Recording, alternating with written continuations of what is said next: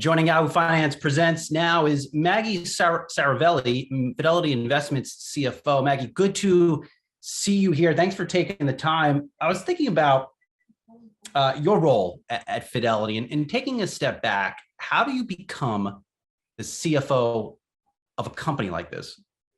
Well, thank you for having me, Brian, and a nice welcome to everyone listening here.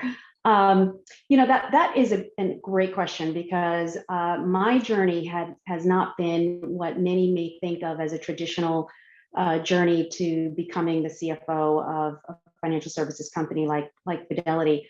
A little bit about my background and my journey might provide for others some inspiration for achievements that can occur without necessarily having a defined plan.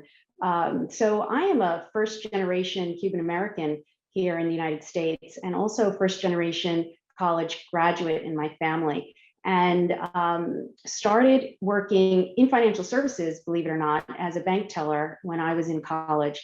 And that started me on the journey of focusing on finance as an area of focus for me, and then from there went on to work in various different roles within finance in JP Morgan, for example, and internal audit, in capital markets, in technology, in operations, and in investing.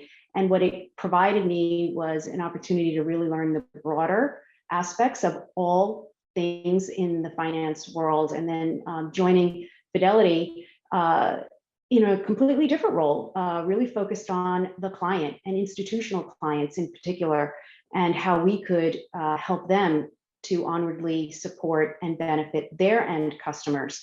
And that really gave me a passion for really driving towards problems and solutions for those problems that our customers were having.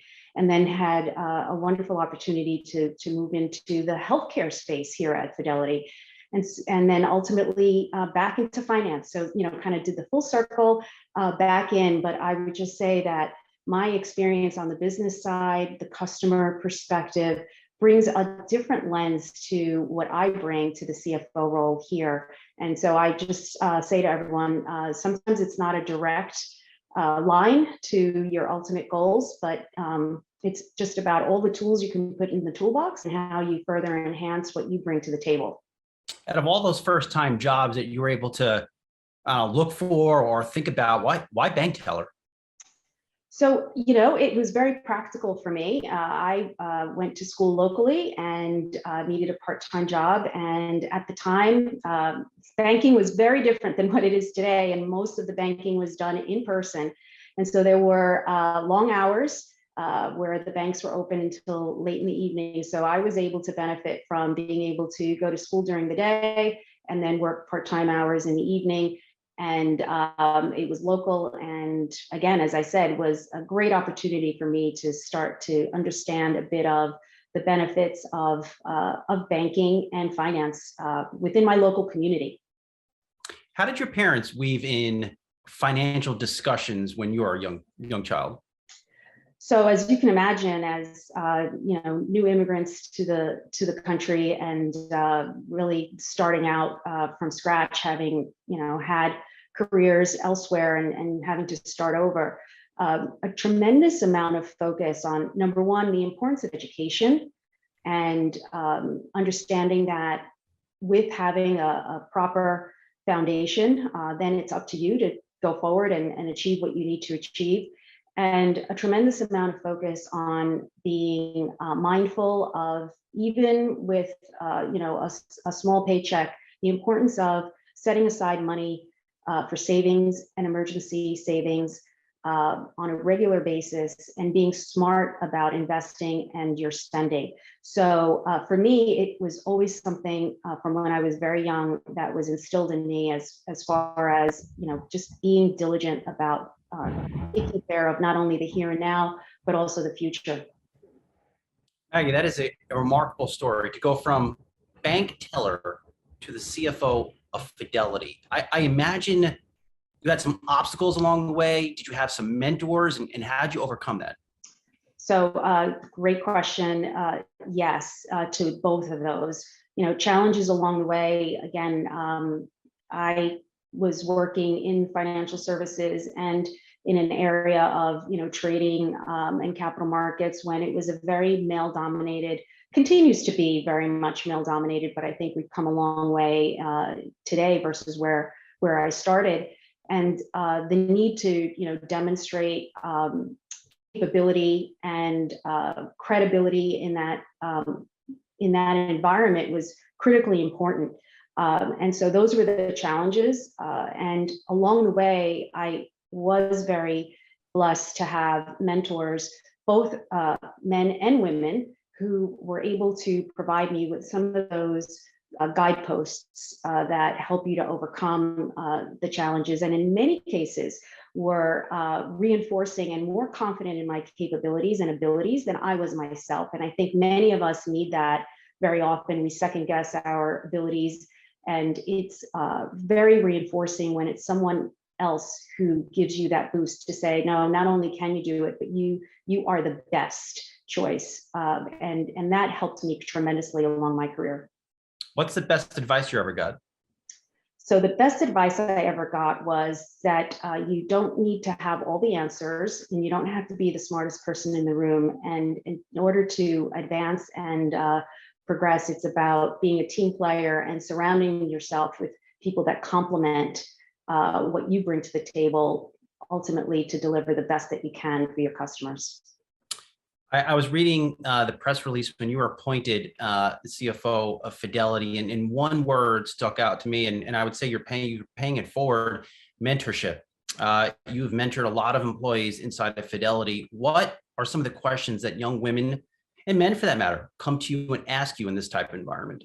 Yes. So I think if you think about where we are today and the challenges that we've had over the last 2 years with COVID, we are certainly at an inflection point for sure.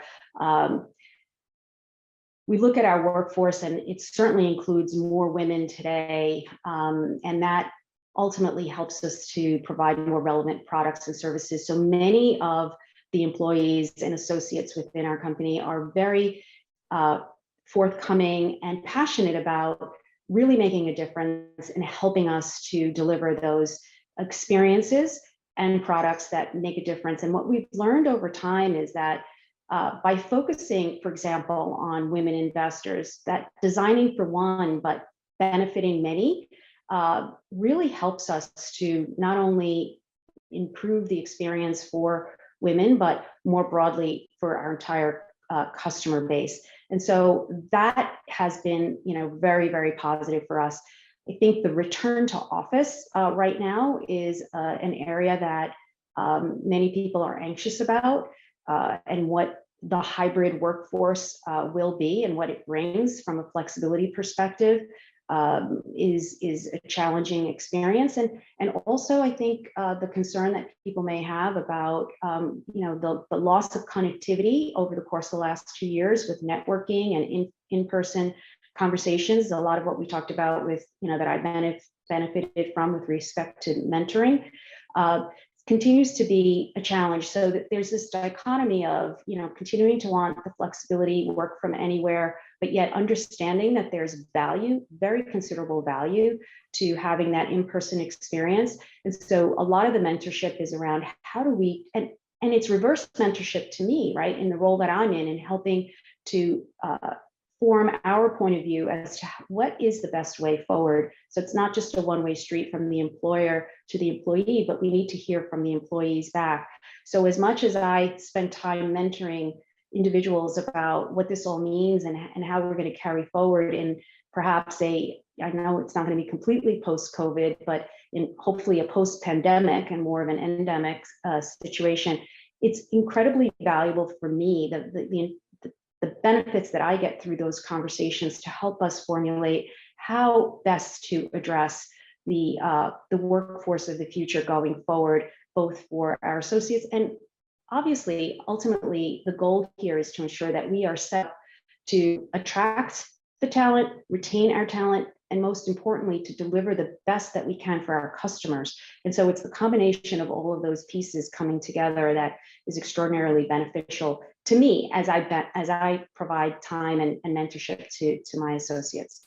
Well, speaking of the future, the pandemic, it's almost hard to believe this has been going on for over 2 years, but through it all, there's been a next generation of women investors reclaiming how they think about their own financial future. What are you hearing from women clients? How are they investing? Where do they want to invest? How do they want to invest? So yeah, I think that there has been a significant amount of focus to really think about, as I said, not only the here and now, but the future of all of the women that we have as customers, and their focus and attention on their investing prowess. And so, a lot of capabilities that had been provided in the past that are now, being more focused on is the capabilities of online connectivity, more Zoom, like what you and I are doing at the moment, creating a bit more freedom for not only women, but all of our customers to engage with financial planning, et cetera. And we are seeing promising progress in the way women are taking control of their financial futures, particularly younger women.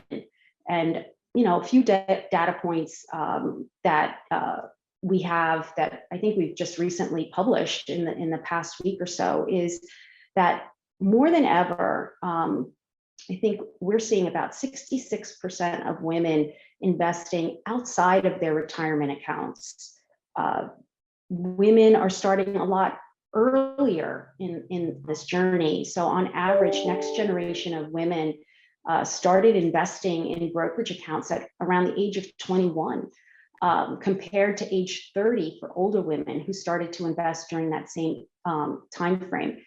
And they tend to invest with purpose. When asked, kind of what they are most proud of in respect to their finances, women report events that have much more personal meaning and purpose.